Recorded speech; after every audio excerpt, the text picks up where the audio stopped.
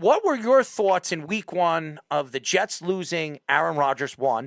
And number two, what are your thoughts right now in the AFC East right now, as wide as it is, open than we never thought it would be? Man, I'll tell you what, as a Packers fan through and through, I bleed the green and gold. Everybody was like giving me their condolences at work the next day of like Aaron Rodgers with the torn Achilles, this, that, and the other thing. Because I love that man. I have a deep affection for him as a person. I really like him a lot as a person. Obviously devastated for him because I was really excited. He seemed rejuvenated again in his football life, and he goes into the darkness and he comes out and he seems like a new man, and he's like, I'm going to go play and I want to play for the Jets if the Packers don't want me. Obviously, like, he wanted to finish his career with the Packers, but he could always see that there was sort of that writing on the wall. And, I watched some of the Hard Knocks. I didn't get all the way through, but I watched a couple of the episodes, and I just love the the renewed energy that he had towards the game of football. And I was just so disappointed and devastated for him that he had to go through that injury.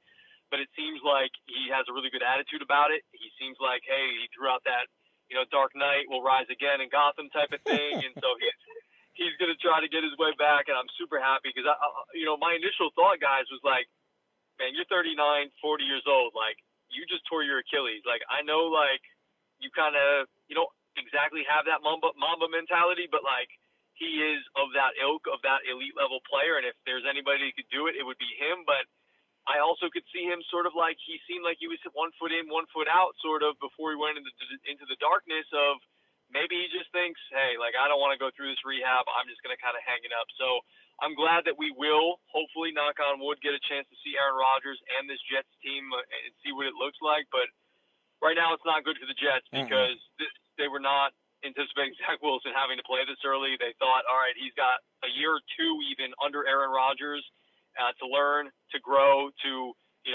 gain some of that, soak up some of that knowledge that he has, and seemed like he was really like tutoring Zach Wilson, which I really liked. And I think early on in the season we've seen that maybe behind the scenes he was doing the same thing to Jordan Love, even if it wasn't that way outwardly, because Jordan's played well so far early in the season. And I just feel bad for Zach because he's clearly not ready to be the starting quarterback of the Jets.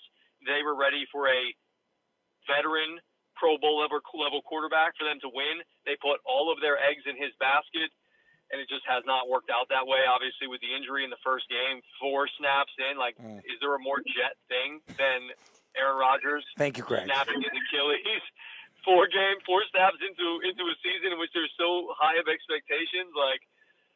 It's just so tough. And to the AFC East in general, guys, man, I'll tell you what. I had the Jets pegged as with Aaron Rodgers there as them being the favorites in the AFC. So did I. I just don't believe in the Buffalo Bills. Josh Allen can do whatever he wants against a bad team like the Las Vegas Raiders this last weekend, and he can play hero ball and he can look good. His stats will look good, but he plays a good team, a good defense. He tries to play hero ball. He tries to do too much. I don't think Sean McDermott, is able to kind of rein him in enough. And so I just don't believe in that Bills team. And I didn't really believe, or I needed to see a little bit more evidence out of the Miami Dolphins going into the season. And to be honest with you, they've been one of the biggest surprises in the AFC. Yes. I've been incredibly surprised and shocked by what they've been able to do. But they got so much speed on that team. And as long as Tua stays healthy, and again, I know that's a big if he's able to stay healthy, I would say right now they're probably the front runners to win the AFC. They haven't beaten anybody, and that's the thing. I want to see them play a good defense. Everybody says New England's a good defense, and New England played well against the Miami Dolphins, but I still question certain parts of New England's defense and their offensive game. So they haven't beaten anybody. I want to see them go and beat like a San Francisco 49ers team or an Eagles team. When they do that, then we can talk about how good they are. But we don't really know what they are. So I mean, look, I get what you're saying. And we thought coming into the season that the Chargers would be a good team, but they find themselves at 0-2, and they have a bunch of names on that defense. Yes. They just haven't played well. And then that offense with Brandon Staley, man, they need to change their head coach. They probably should have done it after this last season. They didn't do it, unfortunately, and they're kind of stuck with where they're at. They have a ton of talent, but they just can't put it together.